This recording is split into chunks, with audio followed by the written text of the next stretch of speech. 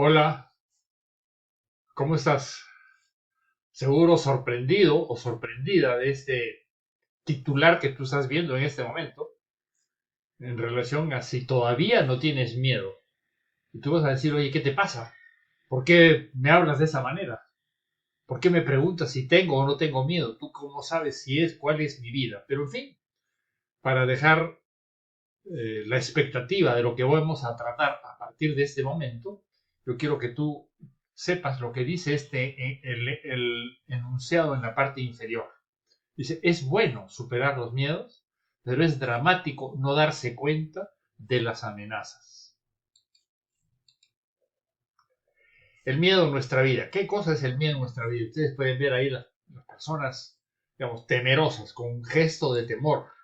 Y acá, más notable, una persona asustada.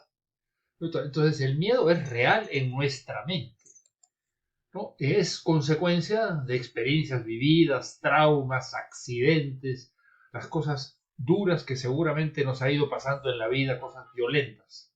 Es consecuencia de una influencia externa, de nuestra familia, nuestros amigos, de la televisión, de diferentes medios o formas en las cuales uno recibe información. Y también el medio es consecuencia de un análisis personal sobre lo que tú estás viviendo o crees que vas a vivir. El miedo, real o imaginario, daña, bloquea y enferma. Por lo tanto, no debemos vivir con miedos permanentes. El miedo perdura y crece con el tiempo, parece increíble, se acrecenta y a veces lo que era un miedo pequeño se convierte en un miedo verdaderamente grande y poderoso. La interacción social, como se puede ver en esa pequeña laminita, sea Facebook, Instagram, los mensajes de texto, digamos, los periódicos, todo lo demás, digamos, y las amistades las reuniones potencian tremendamente ese miedo que alguna vez lo hemos tenido o lo seguimos teniendo. Es muy difícil apagar el miedo sin acciones concretas. Recuerdan, sin acciones concretas es muy difícil apagar el miedo. Vamos a decir, ¿en qué situación te encuentras tú? ¿En valentía o cobardía? ¿En conocimiento o ignorancia? Valiente es quien enfrenta sus retos y sale adelante. Cobarde es quien se escapa o se esconde. Frente a los desafíos de la vida, ¿cómo reaccionas? Aquí te pongo un par de formas de cómo las personas reaccionan. Reacción A, ignora los miedos, no analizas y prefieres no imaginar las consecuencias de eso malo que te estás imaginando. Segundo, tú conoces los desafíos, ¿no es cierto? Los enfrentas, superas el miedo y por supuesto sales adelante. Todos los retos o desafíos generan miedos. Depende de nosotros saber manejarlos y convertirlos en acciones positivas, en acciones concretas que nos ayuden a vivir mejor. ¿Cuáles son las reacciones normales frente a los miedos? Como el miedo nos hace sufrir, nuestro cerebro estamos programados para reducir o eliminar el dolor siempre que podemos. Cuando hay miedo, normalmente, digamos, se produce una hormona, la hormona cortisol, que nos alerta y nos dice, y es parte del sufrimiento, pero en nuestra mente queremos apagarlo. Y es normal. Entonces, ¿cuáles son las opciones que tenemos o cuáles son nuestras reacciones a estos miedos? Lo primero, intentamos apagar, olvidar, descartar, porque estamos sufriendo, le quitamos prioridad, pensamos en otra cosa. Y lo más fácil, es lo más fácil y común en la gran mayoría de personas. Apagar, olvidar. Aquí tenemos el caso de un muchacho que ustedes pueden ver tranquilo, descansando. En este momento no está preocupado ni con una imagen que podamos ver de terror. ¿Cuál es la otra reacción frente a los miedos? Prevenir. Prevención. Lo digo y hago énfasis en esa palabra.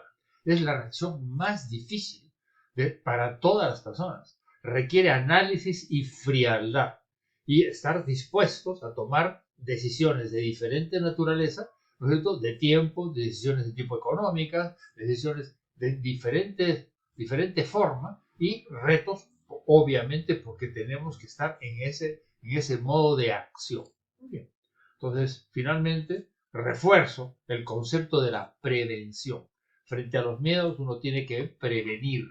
Entonces, no aterrorizarse, sino prevenir. ¿Cómo vamos a prevenir? Vamos a verlo. Los detonantes del miedo. ¿Cuáles son los detonantes del miedo?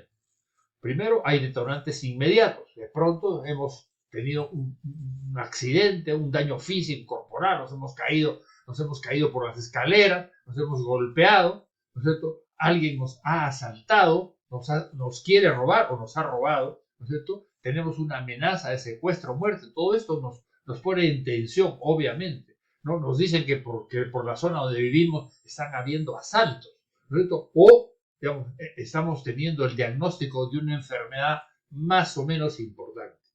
Este es un detonante del miedo, pero hay un detonante peor, que es el detonante estructural. Y el miedo estructural es el miedo que realmente queda latente, o sea, no se pasa, no desaparece.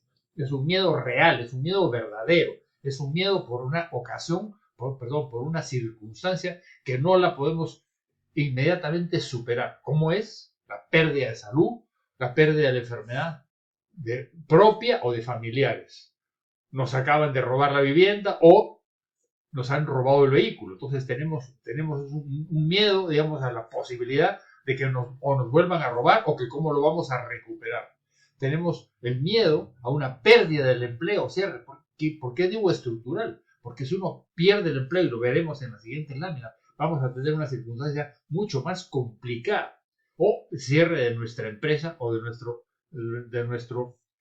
recurso de ingresos. O para muchas personas, las elecciones, los cambios de gobierno, la política económica, digamos, exacerbada, ¿no es cierto?, digamos, tóxicamente por los medios, genera también miedos en nosotros. Muy bien, entonces, miedos que sí podemos prevenir. Primero, la pérdida de la salud, la enfermedad diagnosticada. Eso está bajo nuestro control. Nosotros podemos prevenir perder la salud, pero para eso debemos reconocer el valor que tiene la salud, aprender cómo llegan las enfermedades y decidir hacer las inversiones necesarias de tiempo, de recursos, ¿no es cierto?, para poder garantizar, asegurar que no nos vamos a enfermar.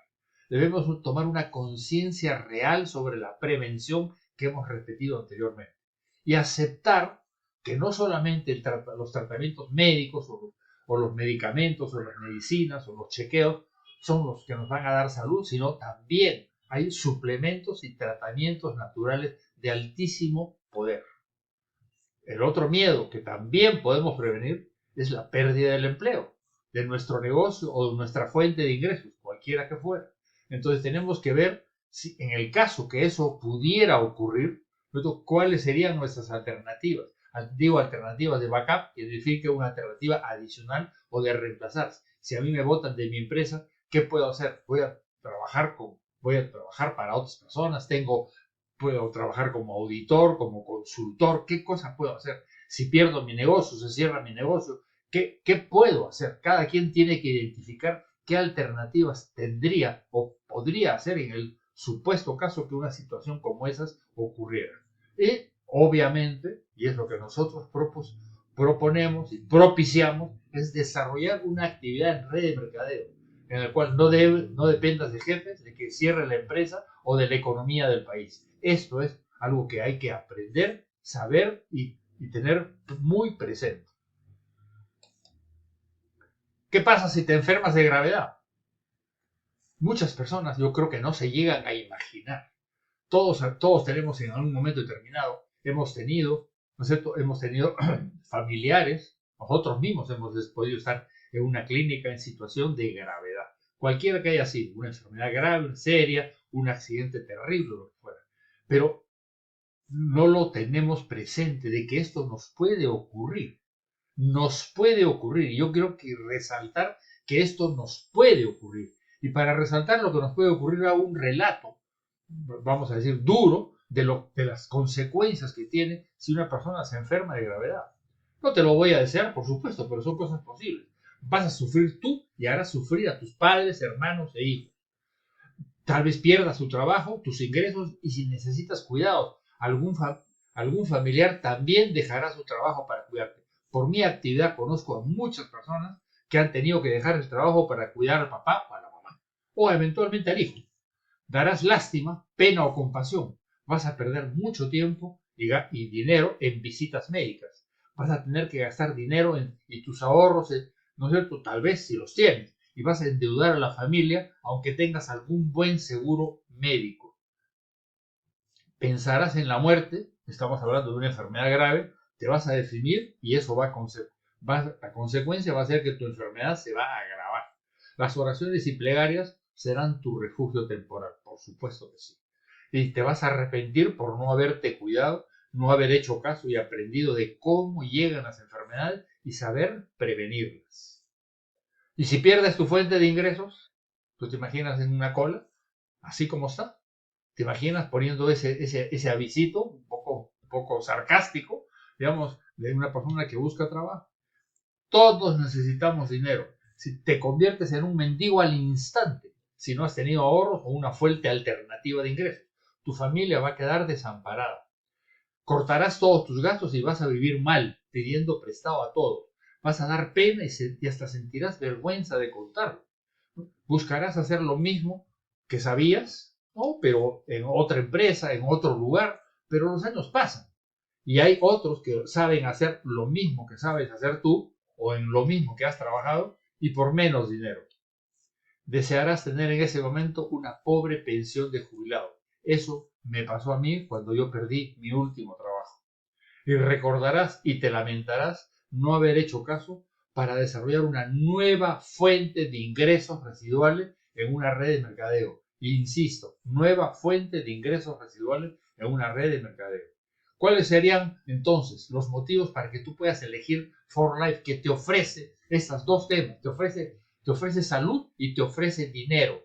Bueno, si tú eres una persona positiva y quieres mejorar, ¿no es cierto? Entonces tú vas a poder ver que podrías tener más dinero, que vas a tener más tiempo para tu familia, para divertirte, que vas a tener ingresos residuales y sin preocupaciones, que tu salud va a ser perdurable, o sea, no vas a estar enfermo y, por supuesto, vas a mejorar como persona.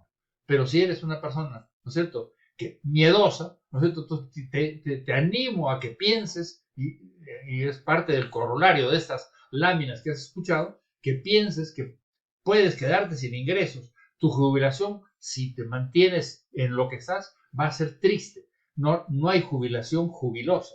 Las enfermedades van a aparecer por doquier, vas a vivir mal o sobrevivir y puedes llegar a tener un desastre económico en la familia. Entonces tienes que ponerte a pensar seriamente. Tú te mereces vivir mejor. No permitas que los miedos te paralicen. Espero que sea esta lámina interesante o atractiva para ti. Le mando un saludo grande. Se despide Alberto Flores García Rada. Que te vaya muy bien y decide a tu favor.